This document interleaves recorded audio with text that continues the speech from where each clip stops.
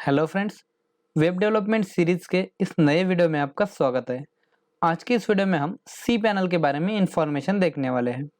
इस वीडियो से पहले हमने डोमेन और होस्टिंग के बारे में इंफॉर्मेशन देखी थी कि होस्टिंग डोमेन क्या होता है, वो किस लिए यूज होता है और बहुत सारी इंफॉर्मेशन हमने उस वीडियो में देखी थी। तो होस्टिंग को कंट्रोल करने के लिए हमें एक कंट्रोल पैनल मिलता है जिसे कहते हैं सी पैनल। तो उस सी पैनल के बारे में आज हम इंफॉर्मेशन देखने वाले हैं।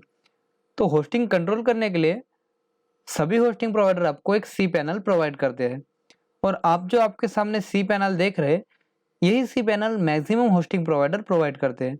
बट कुछ गिने चुने होस्टिंग प्रोवाइडर है, जैसे होस्टिंगर हो गए, वो अपना एक अलग सी पैनल प्रोवाइड करते हैं। अगर आप उन्हें एक्स्ट्रा पे करते हैं तो वो भी आपको सी पैनल है जो आप यहाँ पे देख रहे हैं यही प्रोवाइड करते हैं। तो हम अलग वाले जो सी पैनल है उसके बारे में भी इंफॉर्मेशन बाद में देखने वाले हैं। तो चलिए शुरू करते हैं सी पैनल के ऊपर का ये वीडियो। तो सी पैनल के अंदर आपको बहुत सारे अलग अलग सेक्शंस मिलेंगे, जैसे email, file manager, database, domain, matrix, security, software, advance, preferences, application और बहुत कुछ। ये सभी ऑप्शन आपको यहाँ पे मिलेंगे और ये सभी ऑप्शन की जो पोजीशन है वो आप यहाँ से चेंज भी कर सकते हैं, किसी को भी ऊपर या नीचे चेंज कर सकते हैं। तो इसके अंदर का सबसे पहला ऑप्शन है ईमेल।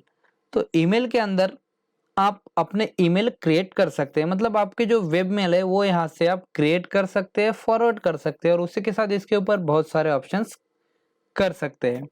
तो होता क्या है, जब भी आप कोई डोमेन खरीदते हैं, जैसे हमारे कंपनी का डोमेन है tlearner.com, तो tlearner.com के ऊपर हमें अगर ईमेल एड्रेस बनाने हैं, जैसे info@tlearner.com, digital@tlearner.com, तो वो ईमेल एड्रेस बनाने के लिए हमें सी पैनल के अंदर की ये जो ईमेल वाली जो टैब है वो हेल्प करते हैं।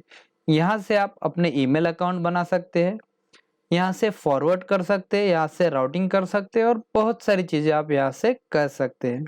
तो सबसे पहले देखते हैं कि इसके अंदर आप ईमेल अकाउंट कैसे क्रिएट करते हैं। तो ईमेल अकाउंट क्रिएट करने के लिए आपको यहाँ पे ईमेल पे क्लिक करना होता है। उसके बाद आप इस तरह के पेज के ऊपर आ जाते हैं। यहाँ पे अगर आपने पहले से ईमेल क्रिएट करके रखे तो वो सारे ईमेल्स दिखाता है, वहीं से आप आपके ईमेल चेक कर सकते हैं। अगर नहीं किए हुए तो आप यहाँ पे क्रिएट पे क्लिक कर सकते हैं। क्रिएट पे क्लिक करने के बाद आप यहाँ से अपना ईमेल अकाउंट बना सकते हैं। जैसे यहाँ पे @demo.cpanel.com इस तरह का ये जो डोमेन दिया है, इसके ऊपर हम ईमेल आईडीज क्रिएट कर सकते हैं, जैसे info@demo.cpanel.com, डिजिटल, जैसे जो भी आपको चाहिए उस तरह से आप यहाँ पे ईमेल क्रिएट कर सकते हैं। उसी के साथ एक यहाँ पे उसका पासवर्ड सेट करके यहाँ पे क्रिएट पे क्लिक कर देना होता है। तो इस तरह से आपका ये ईमेल यहाँ पे क्रिएट हो जाता है। बट हर बार यहाँ पे आके ईमेल चेक करना डिफिकल्ट होता है, इसीलिए आप इसके सारे ईमेल, आपका जो भी जीमेल है या फिर आपका अदर कोई भी मेल सर्विस आप यूज़ कर रहे हैं, उसके अंदर अगर आपको फॉरवर्ड करना है तो आपको उसके लिए यहाँ पे फॉरवर्ड के ऊपर क्लिक करना होता है। फॉरवर्ड के ऊपर क्लिक करने के बाद आपके सामने इस तरह की टैब ओपन हो जाती है। यहाँ से आपको सिलेक्ट करना पड़ता है कि कौन से डोमेन के ऊपर के आपको मेल्स आपके जीमेल में फॉरवर्ड करने हैं। तो डोमेन सिलेक्ट करने के बाद आपको यहाँ पे ऐड फॉरवर्ड पे क्लिक करना होता है। ऐड फॉरवर्ड पे क्लिक करने के बाद आपका जो भी ईमेल एड्रेस है जो आपने क्रिएट किया है या फिर नहीं भी क्रिएट किया है तो वो यहाँ पे डालना है। जैसे मैं यहाँ पे अगर इन्फो डाल देता हूँ, info@ और यहाँ से डोमेन सिलेक्ट करना होता है। तो वहाँ पे आने वाले जितने भी मेल है, मैं यहाँ पे जो दूसरी ईमेल एड्रेस डालने वाला हूँ उसके ऊपर चले जाएंगे। तो मैं यहाँ पे अपना एक जीमेल का एड्रेस डालूंगा, तो मेरे सारे मेल है जो उस डोमेन के ऊपर, मतलब इन्फो, जैसे info@demo.cpanel.com के ऊपर आने वाले जितने भी मेल्स है वो सभी ईमेल मेरे यहाँ पे जो मैं मेल आईडी डालने वाला हूँ, जैसे ajay@gmail.com, इस मेल के ऊपर ऑटोमेटिकली ट्रांसफर हो जाएंगे, मतलब वहाँ पे वो सारे मेल आ जाएंगे। और उसके बाद मुझे यहाँ पे सिर्फ ऐड फॉरवर्ड के ऊपर क्लिक कर देना है, तो ये फॉरवर्ड यहाँ पे क्रिएट हो जाएगा। उसी के साथ यहाँ पे बहुत सारे ऑप्शन दिए हुए, ये सभी आपको आगे सीखने को मिलेंगे, पर उतना इन सारे ईमेल के अंदर के बाकी ऑप्शन का आपको फिलहाल काम नहीं है। नेक्स्ट आता है यहाँ पे फाइल। फाइल के अंदर आप आपके वेबसाइट के अंदर जितने भी फाइल्स है, जैसे इमेजेस हो गई, जैसे आपके कोडिंग्स हो गए, या फिर आपका वर्डप्रेस हो गया, आपके थीम, आपका प्लगइन, जो भी चीज़ें हैं, वो सभी इस फाइल मैनेजर के अंदर सेव रहते हैं। जब आप फाइल मैनेजर के ऊपर क्लिक करते हैं तो इस तरह के एक टैब आपके सामने ओपन हो जाती है। तो आपका जो भी फाइल मैनेजर है उसके अंदर जितने भी फाइल्स है वो सभी आपको यहाँ पे दिखाई देते हैं। public.html के अंदर आपके सारे जो रूट डोमेन के फाइल है वो सभी यहाँ पे रहते हैं। तो यहाँ पे वर्डप्रेस इंस्टॉल नहीं किया है या फिर कोई और सॉफ्टवेयर इंस्टॉल नहीं किया है, इसलिए आपको यहाँ पे एक CGI बिन वाला फोल्डर यहाँ पे मिलेगा। बट जब आप एक कोई सॉफ्टवेयर इंस्टॉल कर देंगे तो ये CGI बिन अपने आप हट जाएगा और उसकी जगह पे कोई और फोल्डर आ जाएगा। तो यहाँ से आप इमेजेस यहाँ से कंट्रोल कर सकते हैं, डिस्क यूजेस और बहुत सारी चीजें आप यहाँ से चेक कर सकते हैं। नेक्स्ट ऑप्शन आपके सामने आता है बैकअप।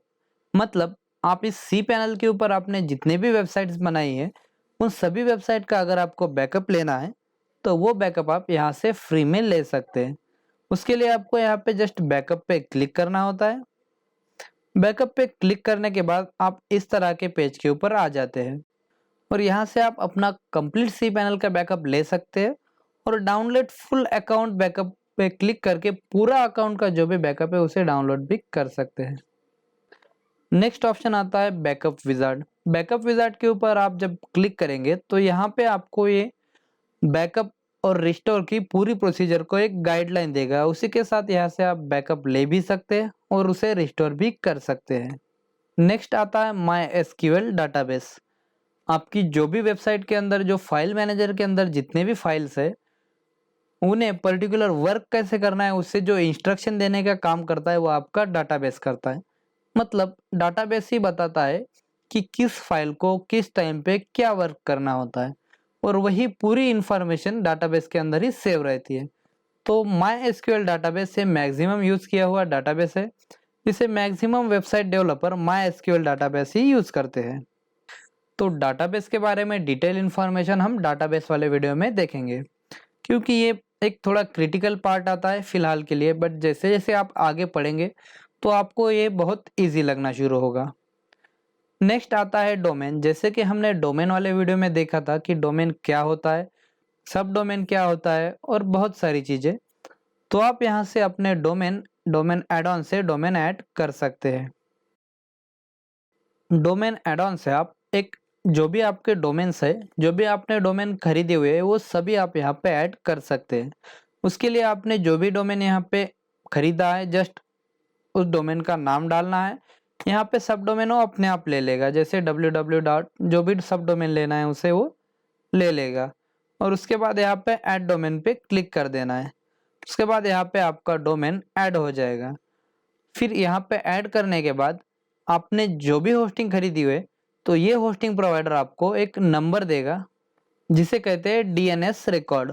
वो DNS रिकॉर्ड आपको आपने जहाँ से भी डोमेन खरीदा है उसके अंदर डाल देना है। वो प्रोसीजर कैसे करते हैं वो भी हम आगे के वीडियो में देखने वाले हैं। तो यहाँ से आप अपने डोमेन ऐड ऑन में डोमेन ऐड कर सकते हैं। आपने जितने भी डोमेन ऐड किए वो आपको यहाँ पे डोमेन्स के अंदर मिल जाएंगे। नेक्स्ट आता है सब डोमेन। तो सब डोमेन का मतलब क्या होता है, आपके जो भी डोमेन्स है उसके अंदर आप सब डोमेन क्रिएट कर सकते हैं। जैसे कि ये डोमेन है फिलहाल cpanel.net। तो cpanel.net के ऊपर ये डेमो इस तरह का एक सब डोमेन बना हुआ है। इसी तरह से आप अपना जो भी डोमेन है उसके अंदर अनलिमिटेड सब डोमेन बना सकते हैं, या फिर आपका होस्टिंग प्रोवाइडर जितने सब डोमेन अलाउ करता है उतने सब डोमेन्स आप यहाँ पे बना सकते हैं। और ये पर्टिकुलर सब डोमेन एक पर्टिकुलर अलग वेबसाइट की तरह काम करता है। इसके ऊपर आप कोई भी अलग वेबसाइट बना सकते हैं। इसका रिलेशन आपके ओरिजिनल डोमेन से कुछ भी नहीं होता है और उसी के साथ यह कम्प्लीटली फ्री होता है। मतलब आपको सिर्फ डोमेन के पैसे देने हैं, सब डोमेन आप फ्री में कितने भी बना सकते हैं। जैसे कि tlearner.com ये हमारी एक डिजिटल मार्केटिंग रिलेटेड वेबसाइट है। वैसे ही maha.tlearner.com एक मराठी कोर्सेस रिलेटेड वेबसाइट है जो कि बिल्कुल ही अलग है।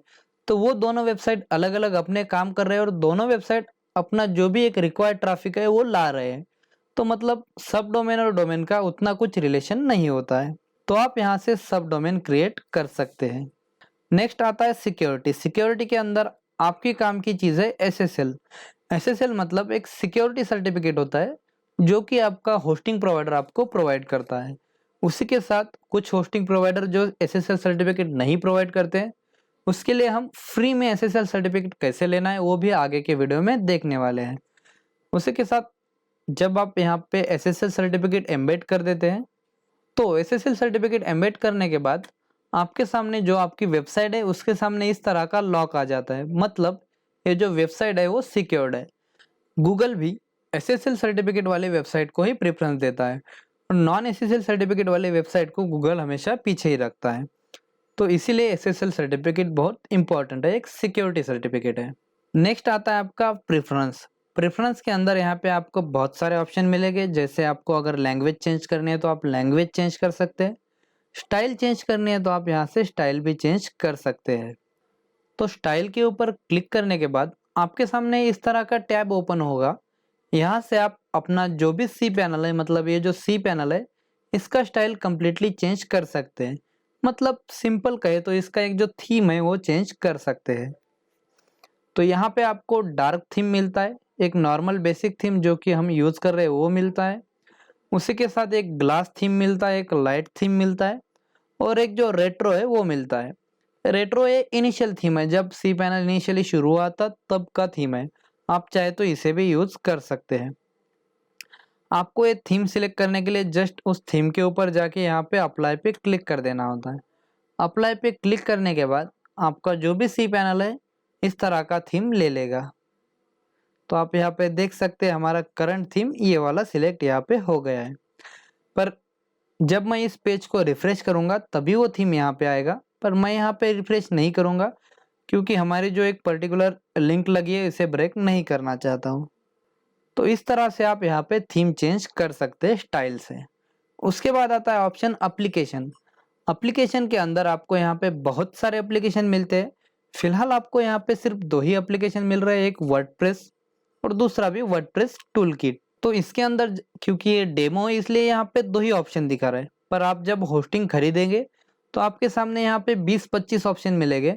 जैसे जुमला हो गया, और बहुत सारे ऑप्शन जो भी आपको चाहिए वो बहुत सारे ऑप्शन यहाँ पे आपको मिल जाएंगे। उन सभी को आप इंस्टॉल करके अपनी वेबसाइट क्रिएट कर सकते हैं। सो फ्रेंड्स, ये तो होगा इंट्रोडक्शन सी पैनल के ऊपर दिए हुए ऑप्शंस के बारे में। तो अभी आपको राइट साइड में सी पैनल के अंदर एक कॉलम दिख रहा है। वो कॉलम किस लिए है और क्या है ये अभी हम देखने वाले हैं। तो ये एक जनरल इंफॉर्मेशन कॉलम है। इस कॉलम के अंदर आपको सबसे पहले करंट यूजर कौन है, मतलब अभी जो सी पैनल जिसके नाम पे वो यूजर कौन है उसका नाम मिलेगा।